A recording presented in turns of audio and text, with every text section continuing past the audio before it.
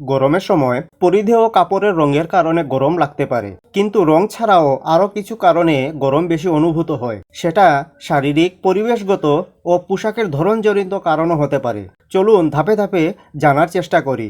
রং যাই হোক, কাপড় যদি তাপ আটকে রাখে তাহলে গরম লাগবেই। যেমন সুতি বা লিনেন, এই কাপড়গুলোতে বাতাস চলাচল করে, ঘাম শুকায় এবং সহজে শরীর ঠান্ডা হয়।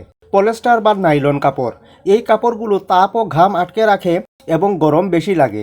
এরপর কাপড়ের ফিটিং, টাইট কাপড়ে বাতাস ঢুকতে পারে না, ফলে ঘাম জমে ও গরম লাগে। ঢিলেঢালা কাপড়ে বাতাস চলাচল করে এবং গরমে আরামপ্রদ। তাছাড়া ভিড় বন্ধ ঘর, ঘন কাপড় যেখানে বাতাস কম প্রবেশ করতে পারে সেখানে গরম বেশি লাগে। আকাশে জলীয় বাষ্প বেশি হলে ঘাম শুকাতে দেরি হয় এবং শরীর ঠান্ডা হতে পারে না।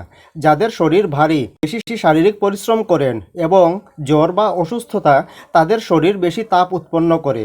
দুশ্চিন্তা, ভয়, রাগ, টেনশন এগুলো শরীরের তাপমাত্রা ও ঘাম বাড়ায়। তাছাড়াও কংক্রিট এলাকা, পাকা রাস্তা এবং যেখানে গাছপালা কম সেসব জায়গায় তাপ জমে থাকে। একে বলা হয় আরবান হিট ইফেক্ট। তাই সংক্ষেপে বলা যায়, গরম থেকে বাঁচতে হলে কাপড়ের ধরন অনুযায়ী হালকা রঙের কাপড় ও খোলামেলা পরিবেশে অবস্থান করা উচিত।